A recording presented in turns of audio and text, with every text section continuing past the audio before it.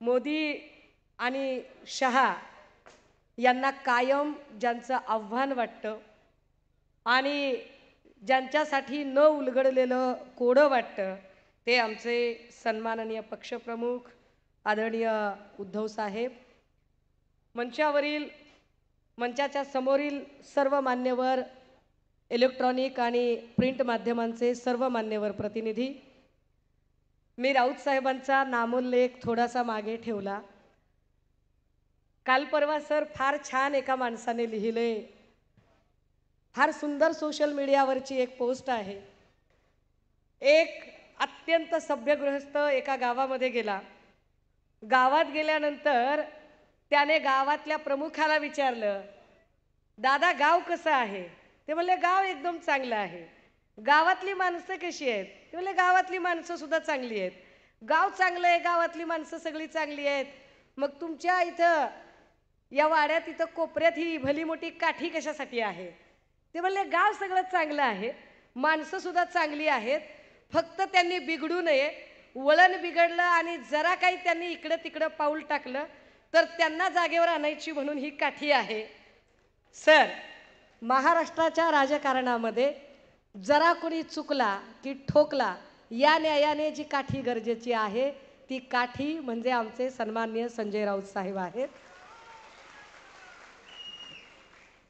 राजे हो, लोकसभांचा निकाल लागला आणि लोकसभेच्या निकालानंतर जर कुणी काही बोललं नसतं तर नवल, त्यातली त्यात जे स्वतःला गावठी चाणक्य म्हणून घेतात त्या फडणवीस साहेबांनी दोन शब्द अत्यंत त्यांचे लाडके शब्द झालेले आहेत आणि त्या दोन शब्दांना त्यांनी महाराष्ट्राच्या राजकारणात वारंवार उच्चार करायचा प्रयत्न केला।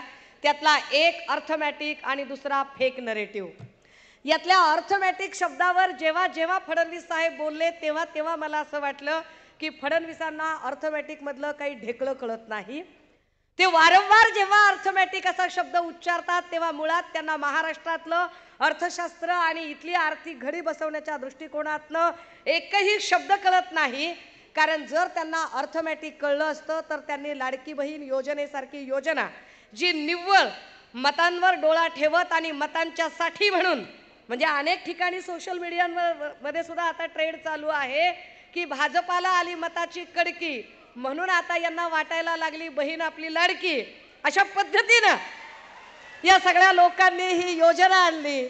मला सातत्याने मी अर्थमॅटिकचा काय इथे संबंध लावते त्याचं कारण सांगितलं पाहिजे की महाराष्ट्रामध्ये सातत्याने अंगणवाडी सेविका असतील, आशा वर्कर असतील, हेल्थ सेंटरच्या प्रायमरी हेल्थ सेंटर मधल्या आमच्या सगळ्या परिचारिका बहिणी असतील, विना अनुदानितच्या शिक्षिका असतील, या सगळ्या मायमाऊल्यांचे पगार, ज्यांचा हक्काचा कष्ट केलेला पगार आहे, जो पगार त्या सातत्याने मागतात तो पगार सरकार त्यांना देत नाही।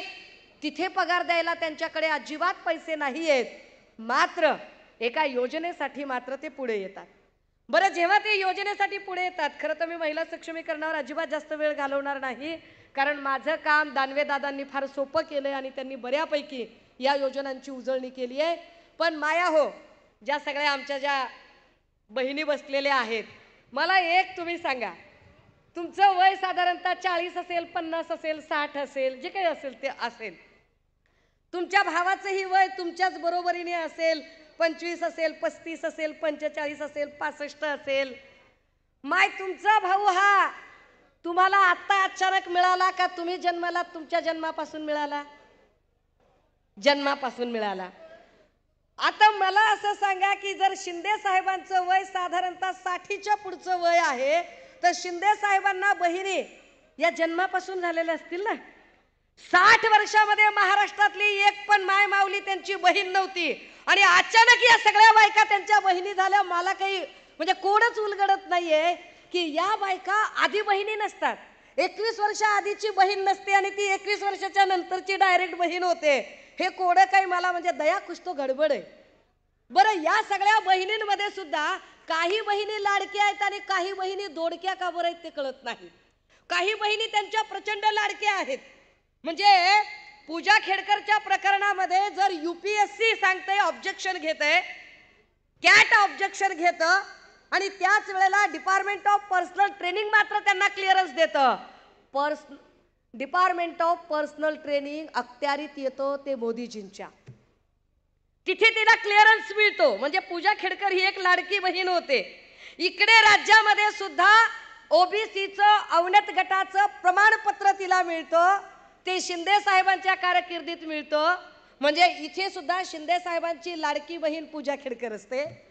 पुण्यामधलं आरोग्य प्रमुखाचं जे पद आहे ते पद पुण्यातल्या सगळ्या सेवा ज्येष्ठतेचे नियम डावलून पुण्यातले जे सगळे सिनियर डॉक्टर्स आहेत जे सरकारी रुग्णालयांमध्ये सेवेत आहेत त्या सगळ्यांना डावलून डॉक्टर मानसी नावाच्या एका अत्यंत नवागत डॉक्टरला ते पद दिलं जातं. म्हणजे डॉक्टर मानसी ही त्यांच्यासाठी लाडकी बहीण असते.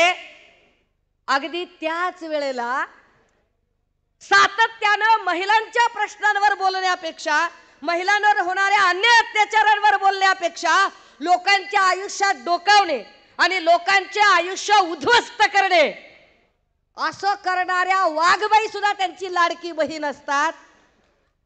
परंतु कोपरखैरनेचं प्रकरण असेल, उरणचं प्रकरण असेल, विरार वसईमध्ये ज्या पद्धतीने भर दिवसा एका मायमाऊलीवर सपासप वार झाले, ही मायमाऊली असेल, या सगळ्या बहिणी मात्र दोडक्या बहिणी आहेत.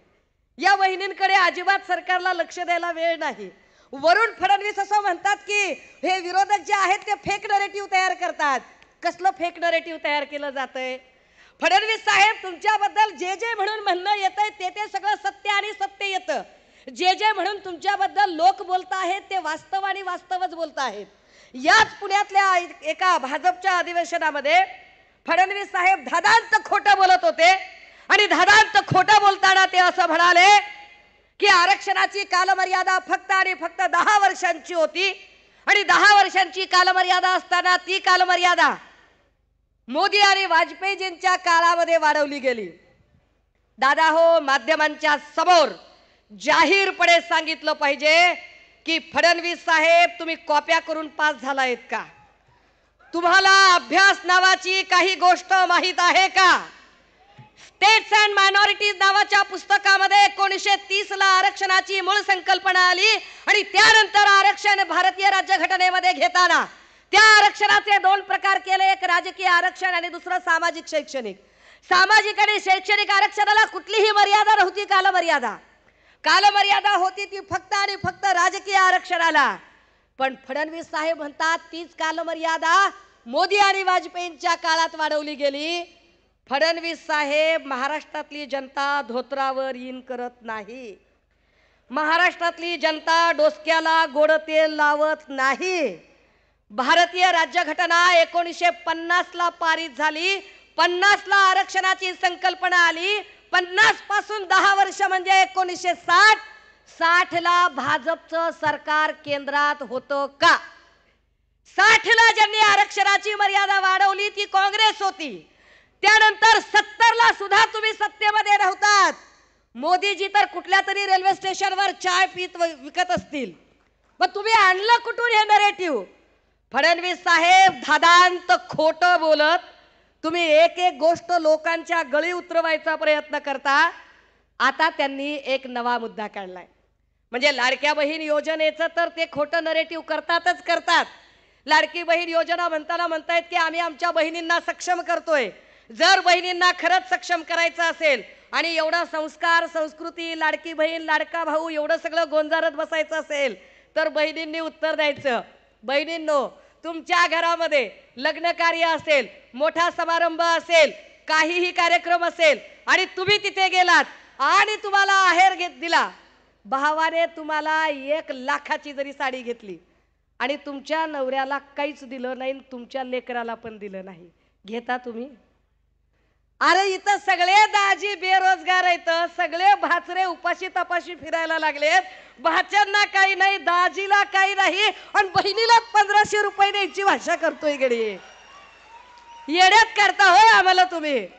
जर एवढी बहिणींची काळजी असेल ना फडणवीस साहेब आणि शिंदे साहेब, एवढीच बहिणीची तुम्हाला काळजी असेल तर महाराष्ट्रातले अवैध असणारे ड्रग्सचे सगळे कारभार, ज्यामुळे बहिणींचे नवरे आणि बहिणींची लेकरं ही उघड्यावर पडतायत, रस्त्यावर येत आहेत, उद्ध्वस्त होत आहेत, तर पहिल्यांदा सगळे दारूचे धंदे बंद करा, जुगार मटक्याचे धंदे बंद करा, मग बहिणींची काळजी असल्यासारखं सांगा.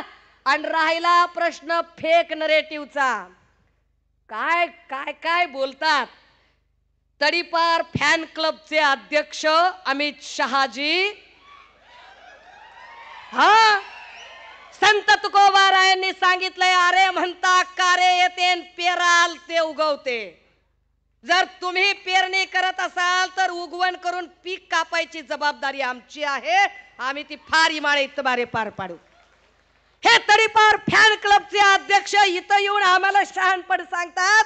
आम्ही वारंवार सांगतोय की शहासाहेब आणि मोदीजी आम्हाला कायदा नक्की शिकवावा, आम्हाला कायदा नक्की शिकवावा. पण आम्हाला कायदा कुणी शिकवावा? आम्हाला कायदा डॉक्टर बाबासाहेब आंबेडकरांनी शिकवावा. आम्हाला कायदा गोधरा हत्याकांडातल्या तडीपार गुंडांनी शिकवू नये. आम्हाला कायदा अशा लोकांनी शिकवू नये ज्यांच्या कपड्यावर जस्टिस लोयाच्या रक्ताचे डाग आहेत. अशा लोकांनी आम्हाला कायदा शिकवायची गरज नाही. राहिला प्रश्न आजचा सचिन वाझेचा, काय म्हणजे चाइल्डिश प्रकार आहे. बरोबर महाराष्ट्राचं राजकारण रसातळाला नेणारे फडणवीस सातत्याने गेल्या 15 दिवसापासून जेव्हा अनिल देशमुखजी पत्रकार परिषदा घेतात, बरोबर त्याच वेळेमध्ये सचिन वाझे एकदम लेटर बॉम्ब टाकतो. कसा काय? सन्माननीय संजय राऊत साहेबांवर कारवाई झाली, अनिल देशमुख साहेबांवर कारवाई झाली, नवाब मलिकजींवर कारवाई झाली. मलिक, राऊत, देशमुख तिघांनाही कधीही न्यायालयाकडे नेताना, रुग्णालयात तपासणीसाठी नेताना एकदाही माध्यमांशी बोलण्याचा कुठलाही स्कोप नव्हता.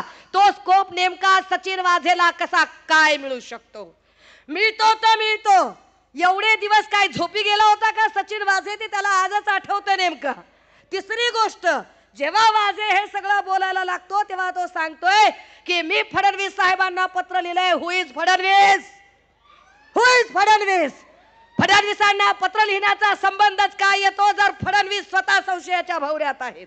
फडणवीसांवर सातत्याने सगळीकडून हल्ले आणि आरोप होत आहेत. जर पत्रच लिहायचं असेल तर इथली न्याय संस्थेशी संबंधित प्राधिकृत संस्था, सीबीआय सारखी संस्था असेल आणि त्यांना पत्र लिहिलं तर आम्ही समजू शकतो. फडणवीस काय सीबीआयचे डायरेक्टर आहेत का? येड्यात कुणाला काढता? फडणवीस साहेब महिला सक्षमीकरणावर जेव्हा आम्हाला बोलायला सांगितलं, खरं तर आम्हाला तुमच्यावर म्हणजे काय, आता जाऊ दे, माझ्याकडे वेळ कमी आहे, परंतु तुम्ही महिलांना तर सक्षम करत नाही, महाराष्ट्राला सक्षम करत नाही. पण ज्या पद्धतीने डेली सोपच्या मालिका असतात ना, ज्या डेली सोपच्या मालिकांमध्ये महिला व्यायाम असतात, खलनायिका असतात, अशा काही खलनायिका तुम्ही भाजपच्या माध्यमातून पेरता आणि दुसऱ्यांची आयुष्य उद्ध्वस्त करता. तेव्हा फडणवीसांना हे सगळ्यात सांगितलं गेलं पाहिजे की साहेब अभी आपका टाइम ओवर हो गया है, बिल्कुल ओवर हो गया है. ही निवडणूक आम्ही ताकदीनं लढणार आहोत, जिंकणार आहोत. आणि आमच्या सगळ्या माय मावल्या 1500 रुपये जरी त्यांनी दिले तर काही उपकार केला नाही. बापाच्या प्रॉपर्टीत आपला बरोबरीचा वाटा असतो आहे आणि महाराष्ट्र आमच्या बापाचा आहे, फडणवीसांचा नाही. त्यामुळे महाराष्ट्रातलं जे जे हक्काचं आहे ते आम्हाला मिळवू, आम्हाला मिळेल. त्यासाठी तुम्ही आम्हाला 1500ची खैरात करायची कारण नाही. तुम्ही अदानीला 1700 कोटीचा पॅकेज देता आणि आम्हाला 1500चा खाऊ देऊन गप्प राहायला सांगाल तर आम्ही राहणार नाही.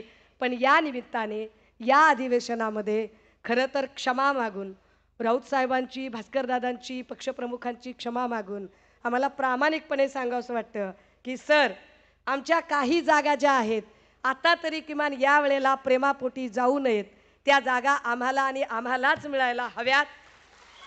उदाहरणार्थ आम्हाला पुण्यातली हडपसरची जागा असेल, वडगाव शेरीची जागा असेल, कोथरूडची जागा असेल, या जागा आम्हाला मिळायला हव्यात. आम्ही त्या हक्काने आपल्याकडे विनंती करतोय आम्हाला कल्पना आहे, आम्ही महाविकास आघाडीत आहोत, शिस्तीत आहोत, परंतु पुणेकरांच्या वतीने ही मागणी आम्ही आपल्यासमोर ठेवणं फार गरजेचं आहे की आम्हाला हडपसर, वडगाव शेरी आणि सर हा प्रतिसाद सांगत असेल की माझं म्हणणं सगळ्यांना पटलेलं आहे. मी आपल्या सगळ्यांकडून एक सेकंड, जरा जोरात जोरात साहेब येणार आहेत आणि काल सर म्हणाले मुंबईच्या मेळाव्यामध्ये सन्मान्य पक्षप्रमुख म्हणाले की एक तर तो राहील नाही तर मी. सर आमच्यासारखी एवढी मोठी फौज प्रत्येक वार झेलायला तयार असताना तुम्हाला मैदानात सुद्धा यायची गरज नाही, फक्त आदेश करा, बियाला सुद्धा ठेवत नाहीत आम्ही. एवढ्या ताकदीचे आहोत आम्ही, शिवसेनेच्या महिला आहोत आणि अत्यंत ताकदीने आमची लढाई लढणं आम्हाला कळतंय. आम्ही ती ताकदीने लढाई लढू. महाराष्ट्रात आमच्या किशोरीताई पेडणेकर असतील, संजनाताई घाडी असतील, किंवा जळगाव मधल्या आमच्या वैशालीताई सूर्यवंशी असतील, किंवा नाशिककडच्या आमच्या निर्मलाताई गावित असतील, या सगळ्याच मायमाऊल्या ताकदीनं काम करणाऱ्या आहेत आणि त्या सगळ्या जणी आपल्यासाठी लढायला कटिबद्ध आहेत. इथे मी काल परवा फडणवीस साहेबांचं काहीतरी बोलणं ऐकलं आणि ते म्हणाले की मैं हवा का रुख मोडने वालों में से हूँ, मी काही जास्त बोलणार नाही. त्यामुळे ते जेव्हा म्हणतात की मैं हवा का रुख मोडने वाला हूँ, तर फडणवीस साहेब तुम्ही फक्त कपट नीती करू शकता, तुम्ही कुठलंही हवा का रुख वगैरे मोडू शकत नाही. शेवटच्या ओळी खास तुम्हाला डेडिकेट करणार आहे आणि थांबणार आहे. हम वो नहीं है जो मुसीबतों से घबरा कर हौसला तोड़ देते हैं. हम वो नहीं है जो मुसीबतों से घबरा कर हौसला तोड़ देते हैं. हम वो है जो अगर ठान ले तो हवाओं का भी रुख मोड़ देते हैं. फडणवीस साहब, हमें न ईडी की जरूरत है न सीबीआई की, हमें ना सीबीआई की, ना 50-50 अपने सीने पे रखकर हम लोहे की सलाखें भी तोड़ देते हैं. अब ना दिल है, ना वो दीवाने, ना वो मैकश, ना वो मैखाने. अब ना वो दिल है, कारण ही युती ज्या मुंडे साहेबांनी वगैरे ती कुणीच माणसं राहिली नाहीत, ना वाजपेयी साहेब राहिले, ना ती विचारधारा जपणारी भाजपा राहिली. अब ना वो दिल है, ना वो दीवाने, ना वो मैकश, ना वो मैखाने.